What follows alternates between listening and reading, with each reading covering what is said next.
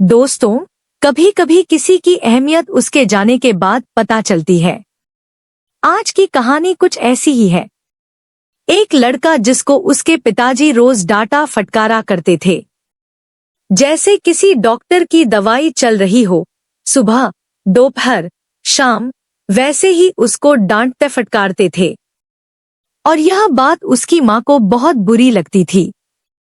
उसकी दो बहनें भी थी, उनको भी बुरा लगता था। लेकिन एक दिन तो हद हो गई, जब उस लड़के का जन्मदिन होता है। 18वां जन्मदिन था। वह अपना जन्मदिन मनाने के लिए छोटा सा केक ले आता है। और जैसे ही वह केक काटने वाला था, तभी कहीं से उसके पिताजी आ जाते हैं। और दोस्तों, फिर जैसे वह केक देखते हैं, आग बबूला हो जाते हैं। कहते हैं, काम का ना काज का, दुश्मन अनाज का। दोस्तों, उसका केक उठाकर फेंक देते हैं और फिर वह शुरू हो जाते हैं। अब वैसे तो यह रोज की बात थी, लेकिन आज कुछ ज्यादा ही बुरा लग जाता है उस लड़के को भी, उसकी माँ को, उसकी बहनों को भी, कि भला ऐसे कौन करता है। जन्मदिन मना रहा था लड़का, कुछ देर रुक जाते, उसके बाद बोल लेते, लेकिन उसका केक उठाकर फेंक देते हैं। और दोस्तों, फिर उस दिन उस माँ को भी गुस्सा आ जाता है जो अपने बेटे का हमेशा पक्ष लिया करती थी। वह भी उसे मारने डांटने लगती है, कहती है, तू इसी लायक है। और अगर तेरे में जरा भी शर्म बची हो तो तू घर छोड़कर चला जा। और आज के बाद फिर कभी मत आना। कामयाब हो जाना तभी आना, वरना मत आना। दोस्तों, वह लड़का अब क्या करता, वहां से चला जाता है। लेकिन दोस्तों, जाने के बाद क्या होता है? यह एक बहुत ही भावुक कर देने वाली कहानी है। आइए जानते हैं पूरी कहानी इस वीडियो में। लेकिन वीडियो में आगे बढ़ने से पहले बस वही रिक्वेस्ट, वीडियो को लाइक कर दीजिए, चैनल को भी सब्सक्राइब कर लीजिए ताकि मेरा हौसला बढ़ता रहे। दोस्तों, इस वीडियो को पूरा देखिएगा, स्किप करके मत देखिए। यह कहानी है 2012 की। एक लड़का जिसका नाम गोविंद होता है। जैसा कि मैंने बताया, उसे रोज डांट मिलती थी, फटकार मिलती थी। वह बिहार के चंपारण जिले का रहने वाला था। और हद तो तब हो जाती है जब उसका 18वां जन्मदिन था। वह केक काट रहा था, उसके पिताजी कहीं से आते हैं, केक उठाकर बहा देते हैं और उसके बाद उसे उल्टा सीधा कहते हैं। बात बढ़ जाती है तो उसको मारने पीटने लगते हैं और फिर माँ उसे घर से निकाल देती है। उसके बाद दोस्तों, वह घर से निकल ही जाता है। गोविंद के मन में तमाम हलचलें, तमाम उथल पुथल उठ रही थी। वो अपने घर से निकल लेता है। 3 किलोमीटर दूर रेलवे ट्रैक था, उस तरफ चल देता है। कहता है, अब जीने से कोई फायदा नहीं। रात के 9 बज रहे थे। पैदल ही जा रहा था। रेलवे ट्रैक के किनारे से ही सड़क भी जा रही थी। और तभी देखता है कि उस सड़क पर एक ट्रक खड़ा है। जब उसके पास से गुजरता है तो एक ड्राइवर जो था, वह ट्रक का ड्राइवर था। वह पहिए को खोल रहा था, ट्रक के पहियों को, लेकिन खोल नहीं पा रहा था। पहिया पंक्चर हो चुका था। तो जब गोविंद को देखता है तो कहता है, बेटा, जरा हाथ लगा दे तो मैं यह पहिया खोल देता। बहुत परेशान हूँ और कोई इधर दिख भी नहीं रहा है। अब दोस्तों, वह कहता है, ठीक है। वह उसके साथ लग जाता है। वह पहिया खोलता है। दूसरा स्टेपनी उसने रखा हुआ था, उसको लगाता है। इन सब में आधे घंटे का समय बीत जाता है। खोलने और लगाने में गोविंद भी उसकी मदद करता है। उस ड्राइवर का नाम जो है, वह कृपा शंकर होता है। जब काम हो जाता है तो वह गोविंद को 20 रुपए निकाल कर देता है। कहता है, बेटा, यह लो, बहुत बहुत धन्यवाद तुम्हारा। वो कहता है, नहीं उस्ताद, रहने दीजिए, पैसे नहीं चाहिए। तो ड्राइवर सोचता है कि क्या पता इसको कम लग रहे हों। फिलहाल वह 20 रुपए रख लेता है। 50 रुपए का नोट देता है। कहता है, बेटा, अच्छा, यह लो, इसको रख लो। गोविंद कहता है, नहीं उस्ताद, नहीं चाहिए। पैसों की जरूरत नहीं है। वो कहता है, पैसों की जरूरत किसको नहीं होती? तुम ऐसा क्यों कह रहे हो? गोविंद कहता है, अंकल, क्योंकि अब मुझे जब जीना ही नहीं है तो मैं पैसा लेकर क्या करूंगा? वो कहता है, क्या बात कर रहे हो? तो फिर गोविंद बताता है, बस मैं कुछ देर का मेहमान हूँ और बगल में रेलवे ट्रैक है। जैसे कोई गाड़ी आएगी तो मैं। अब दोस्तों, जब कृपा शंकर यह बात सुनता है तो हैरान हो जाता है। वह गोविंद का हाथ पकड़ लेता है और समझाता है। कहता है, बेटा, यह सब नहीं सोचते, ऐसा नहीं करते। सोचो, अगर तुम ऐसा कर लोगे, इकलौते लड़के हो, तो तुम्हारे माँ बाप पर क्या बीतेगी? और तुम इतना बड़ा कदम उठाने जा रहे हो। वो कहता है, नहीं उस्ताद जी, ये रोज रोज की बात है। मैं तंग आ गया हूँ। कृपा शंकर कहता है, ठीक है बेटा, एक काम कर, तू मेरे साथ चल। और उसके बाद दोस्तों, वह जबरदस्ती उसे ट्रक पर बिठा लेता है। पश्चिम बंगाल वहां से चला जाता है, क्योंकि वह पश्चिम बंगाल की ही ट्रक थी। पश्चिम बंगाल और बिहार के बीच में वो ड्राइवर जो था, वह आता जाता रहता था। वह गोविंद को पश्चिम बंगाल लेकर चला जाता है। वहां पर उसे अपने साथ रखता है। धीरे धीरे गोविंद ट्रक के काम में लग जाता है। कृपा शंकर उसे अपना कंडक्टर बना लेता है, क्योंकि जब गोविंद मिला था तो उससे एक दिन ही पहले उसका कंडक्टर जो था, वह काम छोड़ दिया था। तो गोविंद जो है, कंडक्टर बन जाता है। दोस्तों, उसका ट्रक के काम में मन लग जाता है। 6 महीने बीत गए। 6 महीने में वह ट्रक चलाना सीख गया।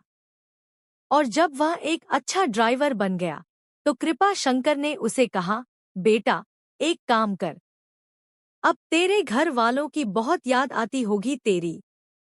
एक काम कर, तू गांव चला जा, उसके बाद फिर चला आना। वो कहता है, नहीं अंकल, उस्ताद, मैं नहीं जाऊंगा। जब तक कुछ बन नहीं जाऊंगा तब तक मैं जाऊंगा नहीं। कृपा शंकर कहता है, ड्राइवर तो बन गया, अब क्या बनेगा? जा, उसके बाद आ जाना। वो कहता है, नहीं उस्ताद, मुझे ड्राइवर नहीं, मुझे मालिक बनना है। ट्रक का मालिक बनना है। वो कहता है, नहीं उस्ताद, मुझे ड्राइवर नहीं, मुझे मालिक बनना है। ट्रक का मालिक बनना है।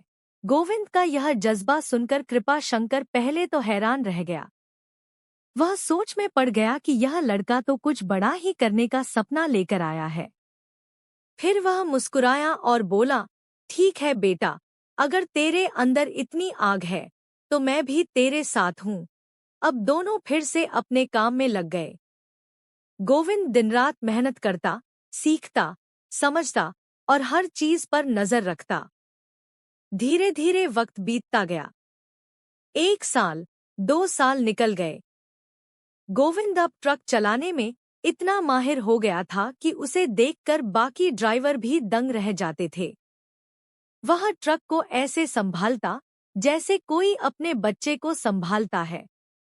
हर टर्न, हर ब्रेक, हर मोड़ पर उसकी पकड़ जब्ती थी। कृपा शंकर अब उस पर पूरा भरोसा करने लगा था। वो अक्सर कहता, बेटा, तू तो एक दिन बहुत बड़ा आदमी बनेगा। लेकिन गोविंद के मन में अब भी एक दर्द था, घर का। माँ बाप का चेहरा आंखों के सामने आता तो दिल भर आता। लेकिन उसने खुद से वादा किया था कि जब तक कुछ बन नहीं जाऊं तब तक वापस नहीं जाऊंगा। गोविंद अब कुछ कुछ पैसे भी जोड़ने लगा था। कृपा शंकर उसे हर महीने कुछ हिस्सा देता, लेकिन गोविंद खर्च बहुत कम करता था। वो बोलता, अभी नहीं, जब अपने ट्रक का मालिक बनूंगा तब जी भर के खर्च करूंगा। उसकी यही बात कृपा शंकर को बहुत पसंद थी। एक दिन गोविंद और कृपा शंकर का ट्रक कोलकाता के एक बड़े ट्रांसपोर्ट गोदाम में पहुंचा। वहां बहुत से ट्रक ड्राइवर, मालिक और व्यापारी आते जाते रहते थे। उसी दिन उनकी मुलाकात एक सज्जन व्यक्ति से होती है, जिनका नाम था गुरमीत सिंह। वो एक बहुत बड़ा ट्रांसपोर्टर था। कई ट्रक उसके नाम थे, लेकिन सबसे खास बात यह थी कि वह अपने कर्मचारियों से हमेशा परिवार जैसा व्यवहार करता था। जब उसने गोविंद को देखा, तो उसकी मेहनत, उसकी लगन से प्रभावित हुआ। उसने कहा, बेटा, तू बहुत अच्छा काम करता है। अगर कभी नौकरी बदलनी हो, तो मेरे पास आ जाना। गोविंद ने मुस्कुराते हुए कहा, अभी तो उस्ताद के साथ हूँ, लेकिन कभी जरूरत पड़ी तो जरूर आऊंगा।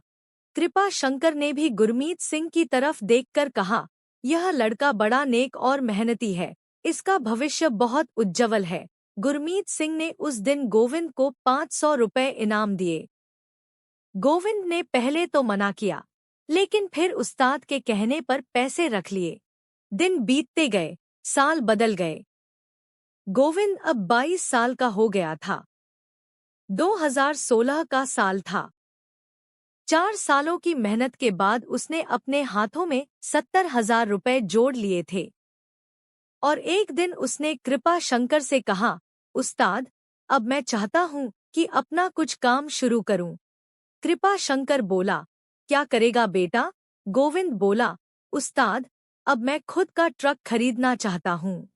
कृपा शंकर पहले तो थोड़ा चौंका, फिर बोला, लेकिन बेटा, ट्रक खरीदने के लिए तो लाखों की जरूरत होती है। तेरे पास कितना है? गोविंद बोला, 70,000। कृपा शंकर मुस्कुराया, यह तो बहुत कम है बेटा, इससे तो टायर भी मुश्किल से आएंगे। गोविंद बोला, उस्ताद, मुझे मालूम है, लेकिन मैं किसी तरह से एक सेकंड हैंड ट्रक लूंगा।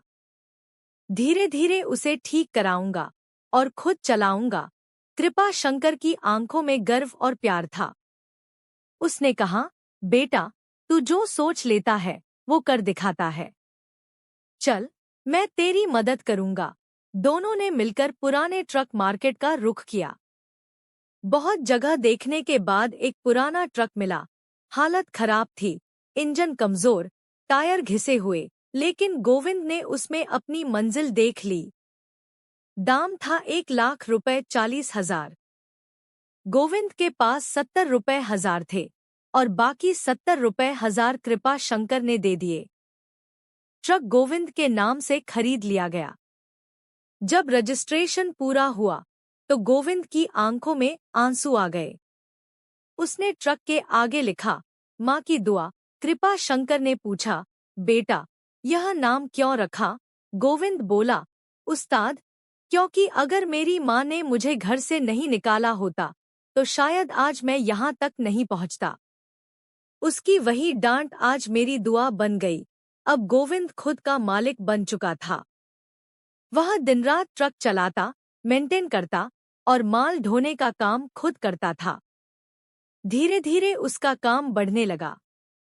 जिन लोगों को उसने पहले काम दिया था, वे सब उसके भरोसेमंद ग्राहक बन गए। वो हर यात्रा से पहले ट्रक को साफ करता, फूल चढ़ाता और भगवान को धन्यवाद कहता। उसे अब समझ आने लगा था कि जिंदगी में किसी भी चीज का शॉर्टकट नहीं होता। हर सफलता के पीछे अनगिनत रातों की मेहनत, भूख और आंसू होते हैं। कुछ महीनों बाद गोविंद की मुलाकात फिर से गुरमीत सिंह से हुई। इस बार उसने गोविंद का ट्रक देखा और बोला, वाह बेटा, तू तो अब मालिक बन गया। गोविंद मुस्कुराया, आपकी दुआ से, सर। गुरमीत सिंह ने कहा, देख बेटा, तू मेहनती है। अगर चाहो तो मेरे साथ काम कर सकता है। मैं माल भेजता रहूंगा, तू अपने ट्रक से डिलीवरी करेगा। गोविंद ने कहा, जरूर सर, यह मेरे लिए सौभाग्य की बात होगी। अब गोविंद का काम धीरे धीरे चल पड़ा था। उसे हर महीने ठीक ठाक आमदनी होने लगी। जो लोग पहले उसे नाकाम कहते थे, आज वही उसके काम की तारीफ करते थे। दोस्तों, वक्त किसी के लिए नहीं रुकता। जो मेहनत करता है, किस्मत खुद उसका रास्ता बनाती है। अब गोविंद का वक्त बदलने वाला था। गुरमीत सिंह के साथ काम करते हुए गोविंद को ट्रांसपोर्ट की दुनिया की गहराई से समझ आने लगी थी। किस रूट पर कितना मुनाफा होता है, कौन सा माल जल्दी डिलीवर करना होता है, कहाँ टैक्स या टोल में रुकावट आती है, अब उसे सब याद रहने लगा था। धीरे धीरे वह अपने काम में और निपुण होता गया। हर यात्रा में वह समय पर माल पहुंचाता। उसकी ईमानदारी और लगन की चर्चा अब कई व्यापारियों में होने लगी थी। 2017 तक आते आते गोविंद ने अपने ट्रक से अच्छी कमाई कर ली थी। उसने कुछ पैसे जमा करके एक और पुराना ट्रक खरीद लिया। अब उसके पास 2 ट्रक थे, एक वह खुद चलाता, दूसरा किसी भरोसेमंद ड्राइवर को देता। कृपा शंकर अब भी उसके साथ रहता था। वो अब उस्ताद कम और पिता जैसा बन गया था। गोविंद कहता, उस्ताद, अगर आप ना मिलते तो मैं शायद आज जिंदा भी ना होता। कृपा शंकर मुस्कुराकर कहता, बेटा, मुझे गर्व है कि मैंने सही वक्त पर तेरा हाथ थामा। समय बीतता गया। गोविंद अब ट्रक के मालिक से एक छोटे ट्रांसपोर्ट बिजनेसमैन बन चुका था। उसने अपने कारोबार का नाम रखा जीएस ट्रांसपोर्ट सर्विसेज, जहां जीएस का मतलब था गोविंद और शंकर। गुरमीत सिंह भी उसके बड़े ग्राहक बन चुके थे। उन्होंने गोविंद को कई बड़े कॉन्ट्रैक्ट दिलवाए। अब गोविंद के पास 3 ट्रक थे और हर ट्रक रोजाना अलग अलग शहरों में सामान पहुंचा रहा था। उसकी मेहनत रंग ला रही थी। एक दिन गुरमीत सिंह ने गोविंद से कहा, बेटा, मैं तुझे एक सलाह दूं? तू अब अपने कारोबार को रजिस्टर करा ले। छोटा काम नहीं कर रहा तू। तू अब एक कंपनी का मालिक है। गोविंद ने उनकी बात मान ली। उसने अपनी कंपनी को रजिस्टर्ड कराया और उसका जीएसटी नंबर बनवाया। धीरे धीरे गोविंद अब बड़े ट्रांसपोर्टर्स के बीच पहचाना जाने लगा।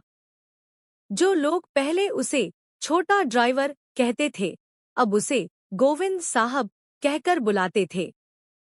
वक्त फिर 2018 की तरफ बढ़ा। अब गोविंद के पास 5 ट्रक हो चुके थे।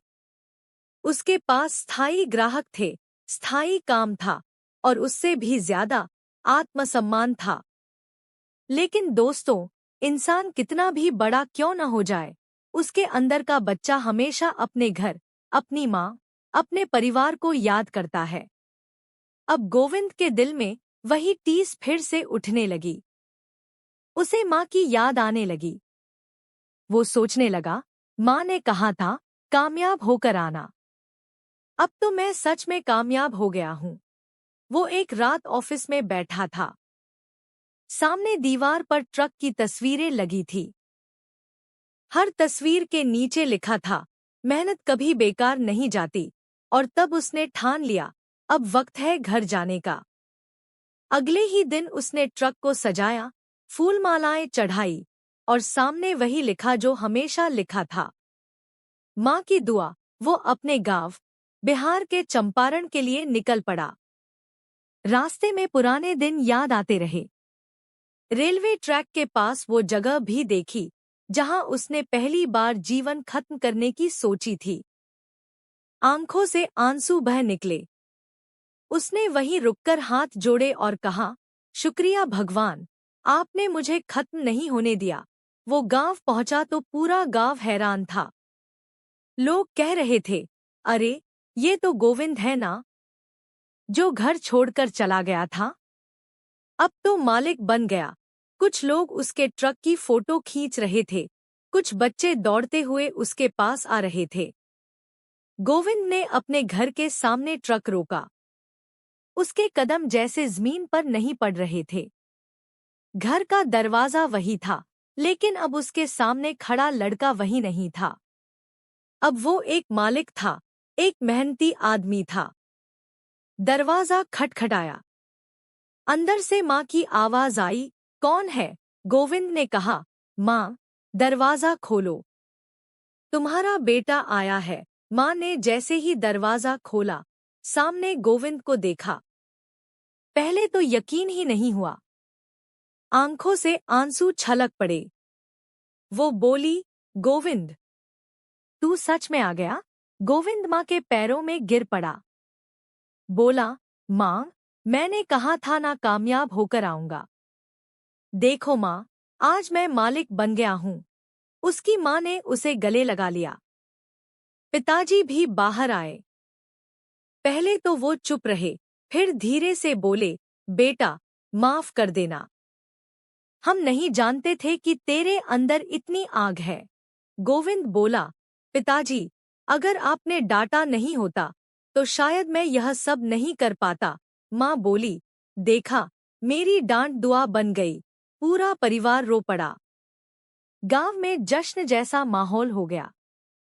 लोग कह रहे थे, देखो, जिसको सबने कुछ नहीं समझा वही आज सबको प्रेरणा दे रहा है। गोविंद ने अपने घर के सामने अपने ट्रक को पार्क किया और ट्रक के आगे अगरबत्ती लगाकर कहा, अब कभी इस घर को छोड़कर नहीं जाऊंगा। उस दिन से गोविंद का नाम उस इलाके में मिसाल बन गया। आज भी जब लोग मेहनत से हार मानने लगते हैं तो कहते हैं, याद करो गोविंद को, जिसने डांट को दुआ बना दिया।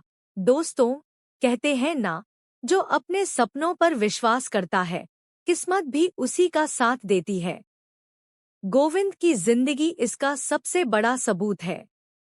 जिस लड़के को उसके घर से यह कहकर निकाल दिया गया था कि कामयाब होकर आना, वही लड़का जब लौटा तो पूरी दुनिया उसके आगे झुक गई। घर आने के बाद गोविंद की माँ हर दिन भगवान का शुक्रिया अदा करती थी।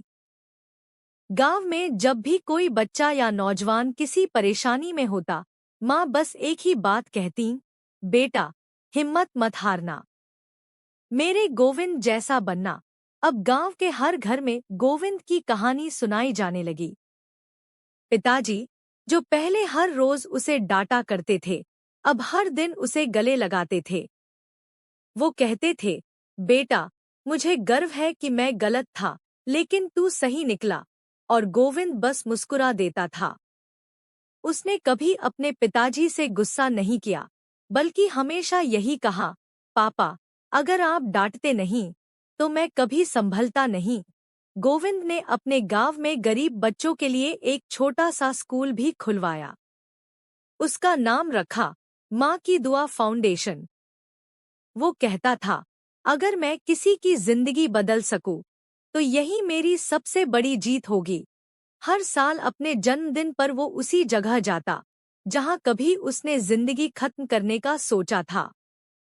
अब वहां उसने एक छोटा सा बोर्ड लगवा दिया था, यहीं से मेरी जिंदगी शुरू हुई थी।